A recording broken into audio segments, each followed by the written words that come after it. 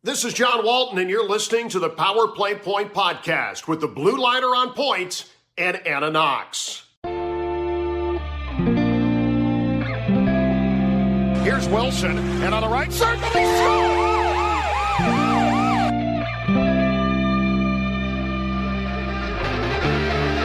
Rebound loose, wild scramble in front, score! Ovechkin with a buzzer beater! It'll count! And a hat trick tonight, number 21,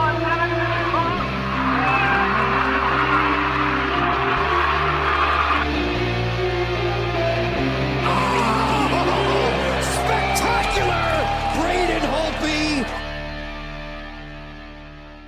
Hello, Caps fans, and welcome once again to the Power Play Point podcast. This is your host, the Blue Liner on Point, riding solo tonight's a Saturday edition of the show. It's a very special edition. We'll get to why, of course, in a second. But first of the year, season starting later on this week. Of course, Wednesday night, opener against the Rangers. But as I promised over the summer, and not under pleasant circumstances, of course, but as I promised, we are doing a dedication show. That's what we're doing now to Mr. Mike Stepp, who we lost, unfortunately, over the summer. Passed away very, very tragically. His health just went out on him. I'm not going to go into too many details about that, but very, very sudden and unexpected. And Mike, of course, was a very, very, very huge, strong Caps fan, a big supporter of this podcast, and of course was one of the founders of the Caps Fans Facebook page. You can see both Anna and I and a lot of our friends on there, like Grant Green. So we just figured I'd get together tonight to do a dedication to him. I figured the best way to do that was to bring on one of his best friends, Thom Gobble, and you might have gotten to know him. He's posted a lot on our page, and really appreciate that. He's come on with a lot of good information. He also was the founders of the Caps Fans page. Longtime Caps fan as well. So I've asked him to come on, and he's graciously given some of his time tonight to do that. So Thom, thanks for coming on. How you doing tonight? I'm doing good. I appreciate you having me. I just want to, if you don't mind, just correct one thing. I wasn't one of the founders of the page. Mike and Ben founded that page, and then I come on, and it's gone from there. But I didn't want the people to think I helped found it with him. That was him and Ben did that. Oh, well, my apologies. And you know what? I think now that I remember, you did say that at the Zoom service. So my apologies. But yeah, I'm pretty sure. I believe you're one of the admins or moderators now. Is that Yes, is that correct? yes. Okay. All right. So yeah, that's the Caps Fans page, and catch that on Facebook. That's one of about the dozen or so Facebook pages where we posted the show. And then, as I said, Mike, when he heard about our podcast, said, "Yeah, come on in, post every episode. We'd love to have you." And it was kind of a bummer because he was actually one of the first guests I was planning to have this season. I wanted him to come on in the first couple weeks, see what he thought of the team, but just really, I don't know. I don't know about you, Thom, but it's hitting me kind of hard that I don't know. This really came out of the blue that we lost him. Oh, it was, as you can imagine, what a shock, because Mike and his mom actually started another page. It's called The Living Word, and they, it's a more religious page, and every Thursday we get together. It was open, whoever wanted to come, for a Bible study, and it just so happened I'm sitting there that night. I think we were supposed to be there at 8:00 or whatever, and I just happened to go to the page to make sure, because Mike being in Alabama, Alabama time is, if I tell you 7, that means probably 7:30, quarter of 8. But, I just check and make sure everything was a go. And then his mom posted that Mike was gone. And, I read it. And it's like, how you read something, it's like, that ain't right. And I read it again, and it hit me. And I was like, it was just like I got hit in the face with a brick. I just, couldn't believe it. And it was, like I say, don't make enemies out there. Tomorrow's not guaranteed. You can be gone just like that. Yeah, I couldn't. I'll remember that evening when I saw that. I just could not bring myself to believe it. And then I don't think I actually don't think I got to sleep for because it was pretty late at night when I read it, and I don't think I got to bed for quite a while because I had to let that sink in. It just Well, as you can imagine, I shared the news, basically what his mom typed. I just basically copied that, and I shared it on Caps fans. And as you can imagine, my phone just blew up for I don't know how long. And I just had to put the phone down and just, you had to have that alone time. It's like, I just can't handle it no more. I got to get away. yeah, I can imagine. But yeah, so but we're here to celebrate his life because he was well a true friend and a He'd good do anything person for you if he could. yep, good person to his core, as we'll talk about here in a minute. But before we get into that, of course, this is your first time on the podcast, so kind of want to put you out into our listener group here and have them find out about you. So, first thing I ask of all our special guests is, well, how'd you get started being a Caps fan? Well, I'm probably one of the few. I'm sure you don't have many that can tell you this, but growing up, I just turned 60 the other day, so I'm on the other side of the hill. But growing up, there was no Capitals, so I believe back then it was the Clippers, and then they became the Skipjacks. But just got into hockey that way, and of course, my dad was a Flyers fan, and where I live at here, I'm basically where I'm standing, you could throw a ball in the PA or Delaware. I'm that far up into the corner of Maryland. And so I'm a Flyers fan until 1974. And then obviously the Caps were born, and, it was the greatest thing. I'd never seen a stadium like that before. And we go down to the Caps Center, and I was like, man, this thing's built in the ground. It looks like a saddle. It actually looks exactly like the Saddle Dome. Yeah, it did. I remember the old Cap Center. And yeah, that's that. I remember thinking that very same thing the very first few times I saw that building. But yeah, I love that building. Yeah. A lot of memories there. I bet you I probably went to 100 games there. Where they're at now, I've been one time. Just it's gotten to where I can't even afford to go to a game there. But back in the day, $7 for a ticket, you couldn't beat that. Oh, yeah. Oh, heck yeah. Yeah. Yeah. I got a lot of great memories of that old barn myself. I was, my dad was military and then, moved when he retired from the Army, he moved on to DOD. So, he always got, discount government tickets, because of that. And we go once a month, for 5-6 years. Never got a season ticket plan. He always wanted one, but never got anything like that. But we always go once a month or so during the season. And yeah, those some of the best memories I got is the old Cap Center. Yeah, my son, his godfather, they live in Philly, and they were actually Flyer season ticket holders for years. And I'd go to a few games up there and sit with them up the old Spectrum. And I'll never forget one night, it was the playoff game. And it was the night Benton Gustafson scored in overtime, and the Caps won in overtime. And, I'm in Philly. I'm not thinking nothing of it. Now, I didn't wear a Caps hat or a shirt or nothing like that. But as soon as that thing hit the back of the net, I'm jumping up out of my seat, and I'm hooting and hollering.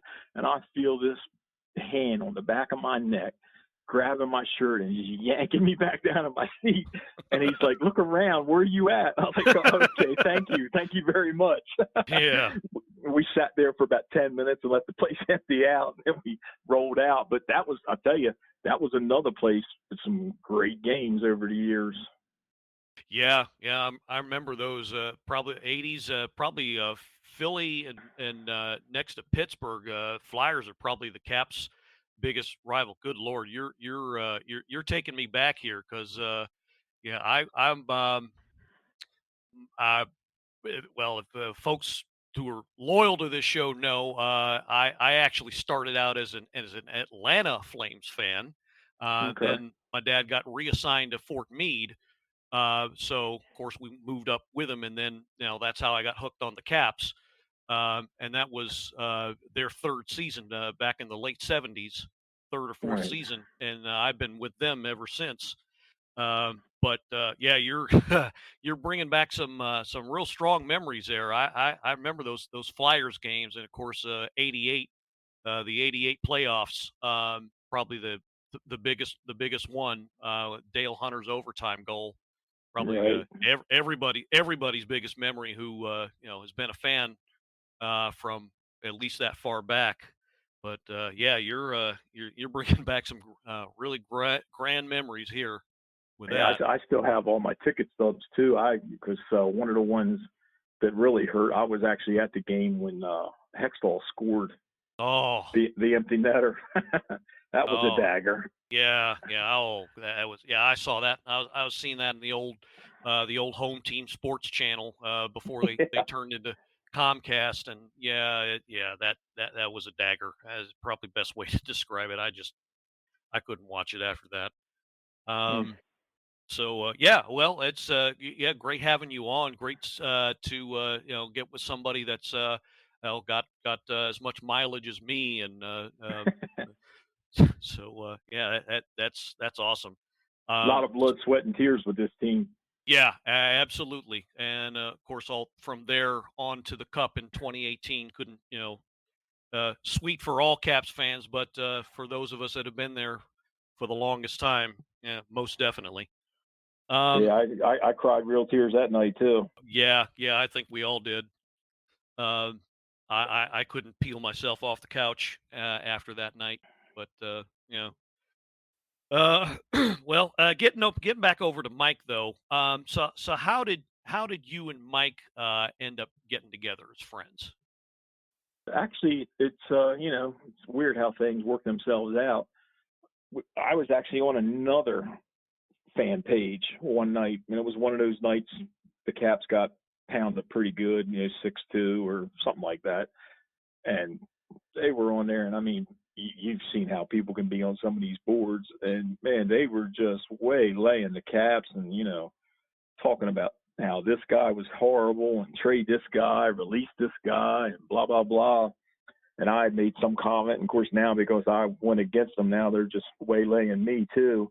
And I remember that's that is the game. I wish I could remember which one it was, but that was the game when Mike and Ben started up Caps fans.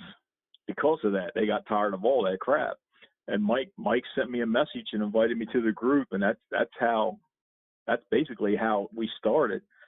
And one thing led to another, and I just kept posting and doing this and doing that, and then the group's getting bigger, bigger, bigger, and Grant's Mhm, in there. At that time, I think Grant was even a moderator because he was a moderator before me. mhm, And I had said something to Mike because then we started messaging back and forth all the time because Mike could talk to you even if you didn't answer. He'd keep talking to you. And I just told him, I said, hey, this page is getting pretty active. You need help. I'm willing to help out. And he's like, oh, okay. Let me think on that. And one thing led to another, and then he made me a moderator, and we kept messaging back and forth. And if anybody listening, if they happen to be on Caps fans, Mike has a set of rules. Not everyone probably agrees with them, but you know what? To be on the page, you agree to them to join, and that's just the way it is. And mhm, you can go somewhere else and do that stuff. And you know what? And I even told Mike's mom that, and me and the other ones that are admins and moderators, we talked about it. Said, you know what? This is what Mike wanted. We're not changing it. It's going to stay that way. So yeah, yeah, and so yeah, that's one of the qualities that struck me about Mike was he was it didn't matter if they won 10-0 or if they lost a close one or if they lost really bad. It did not matter. You could not shake his faith in this team. Yeah, he was always positive. He was, yeah, he believed in the Caps no matter what. So to me, unfortunately, I didn't get to know him as well as probably I would have liked or should have in life. But that was probably, well, to me anyway, one of his best qualities. So you got to know him a lot better. What would you consider was his best quality in his life? The way he would just deal with people. There was times that I would go off on a rant, and he would send me a message, and he goes, "Hey, read what you wrote," and I'd read it, and we'd message back and forth. He's like, there's a whole lot better way you could have got your point across, but without using all that kind of language. And I thought about it and thought about it. I was like, you're right. And, we had a couple of heart-to-hearts about the language and all that a while ago. And actually, he's, turned me around a lot on that because I was one of the ones that, throwing F-bombs and all that stuff. But, he just showed me there's a better way to get your point across because even though I'm throwing them F-bombs around and making my point, I'm turning people off. Right. So it's like, and we just become really, really good friends. And, we talked as much as we talked. Half the time we didn't even talk about the Caps. We just talked about life. How you doing? What's going on? Yeah, he seemed like that kind of a guy where you could just pretty much talk to him about everything. And well, getting back to the language thing, of course, I again, talking to my most loyal listeners, we get pretty bad here sometimes when with some of our really strong opinions, especially when Anna and I talk about something we either both don't like or disagree with each other. And but Mike never would admonish me for that, not directly anyway. And it pretty much encouraged me, said, "Hey, you're supporting the team. You do what you need to do." But yeah, it's. I mean, we can get pretty passionate that way, and I think other than his belief in the team, I think that was probably to me one of his probably his other best quality was that he took you for face value, and he took you as you were, Right. no matter what. Always willing to give somebody a second chance. Of course, we all could learn from that.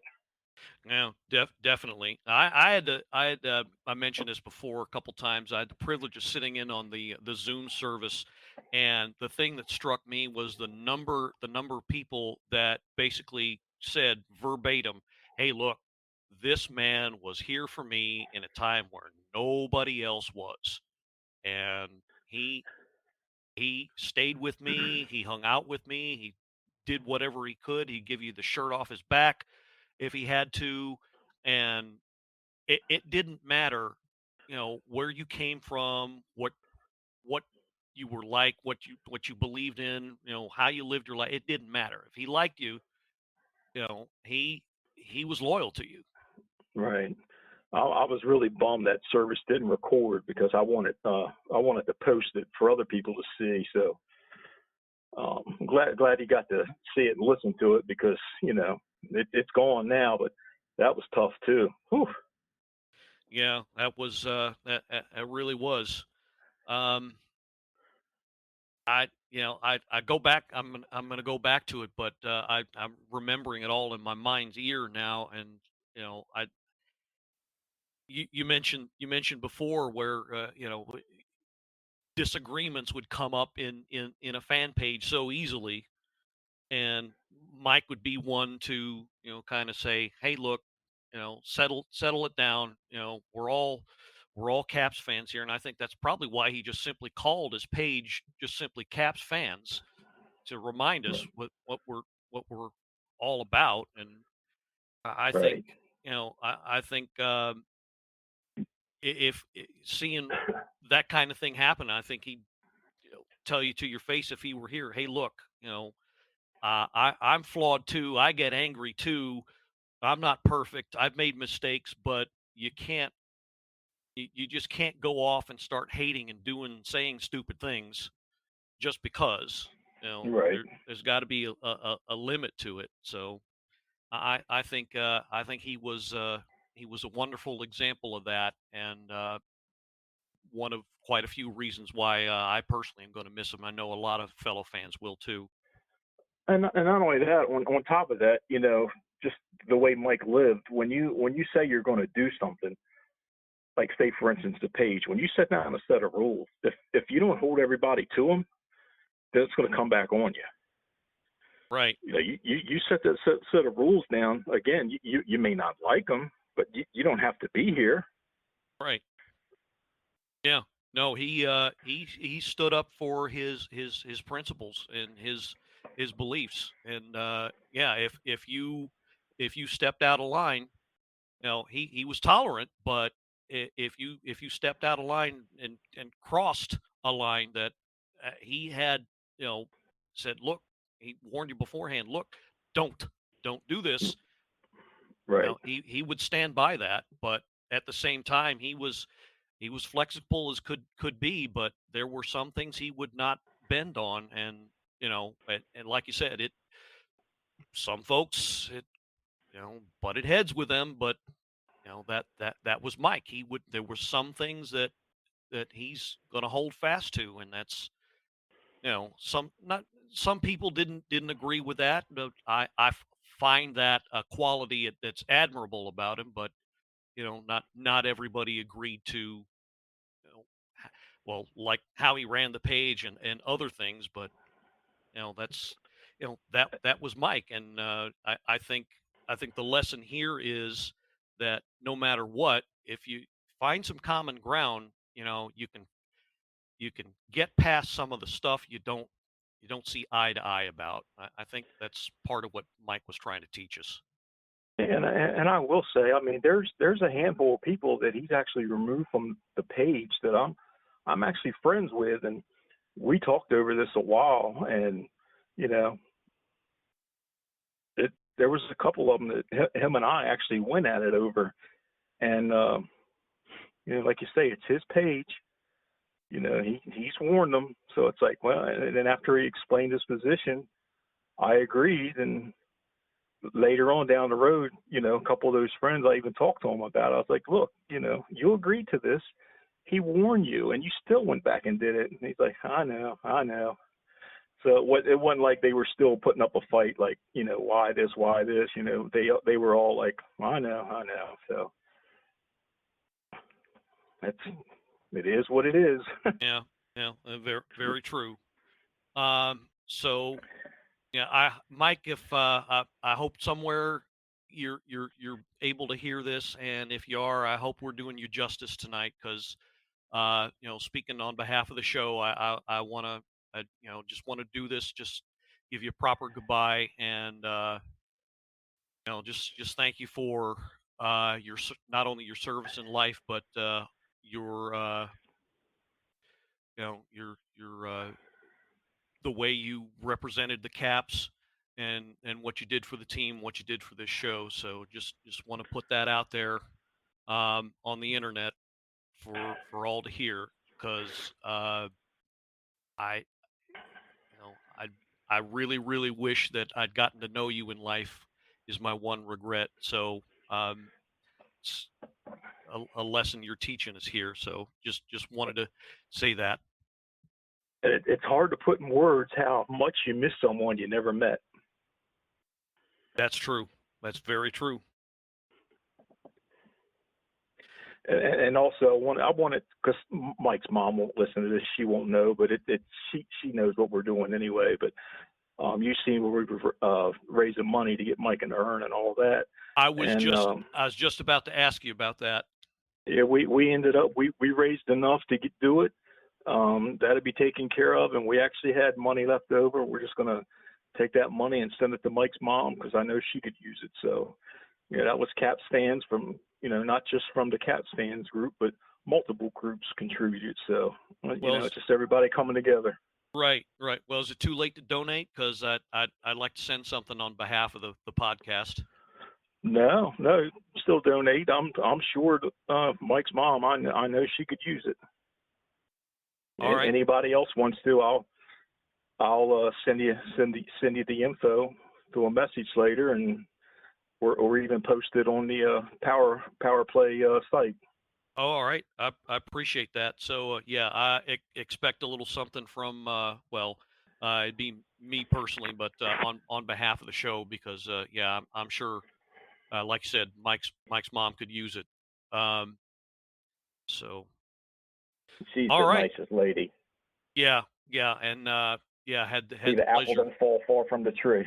No, not at all. Had the pleasure of listening to her talk about Mike's life on the Zoom service, and yeah, very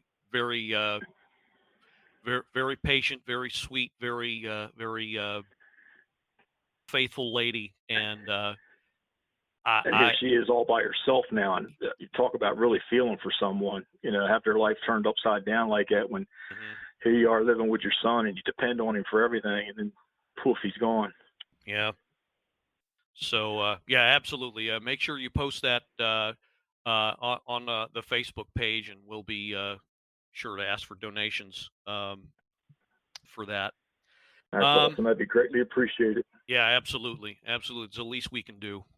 So, all right. Well, I think we've gone on long enough.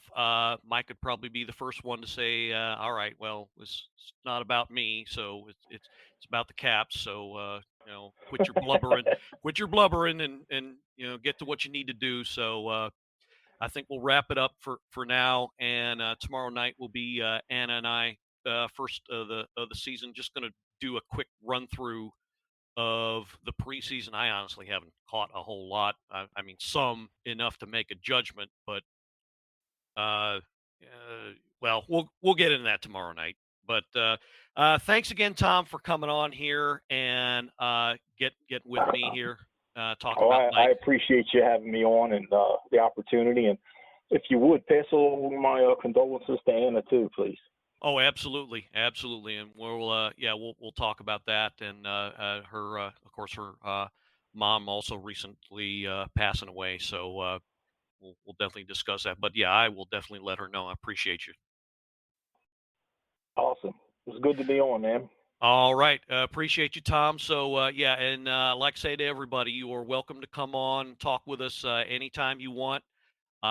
Just a reminder to you and everybody else listening. Of course, we usually record Sunday evenings around 5-ish or so, 5 p.m. Sunday evenings is our usual record time. So, of course, like I told you earlier, you're welcome to post and chat with us anytime you like. Okay, my friend. I appreciate it. All right. Appreciate you. Thanks much. Thank you. Have a good night. All right. You do the same. Bye-bye. Bye-bye.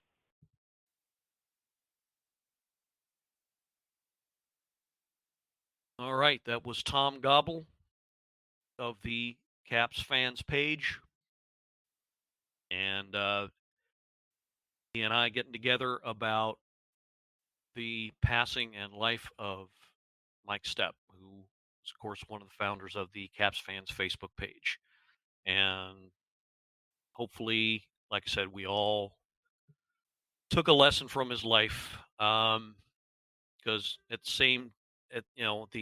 the end of the day, we're all Caps fans. So thanks everyone out there for indulging, and hope to have you join us for the rest of the season. Thanks much.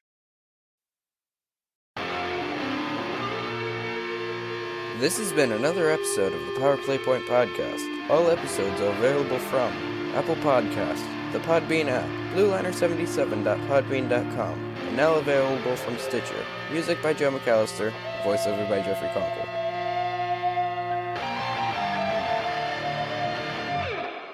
Good morning, good afternoon, and good night, Power Play Point podcast. Thanks for listening.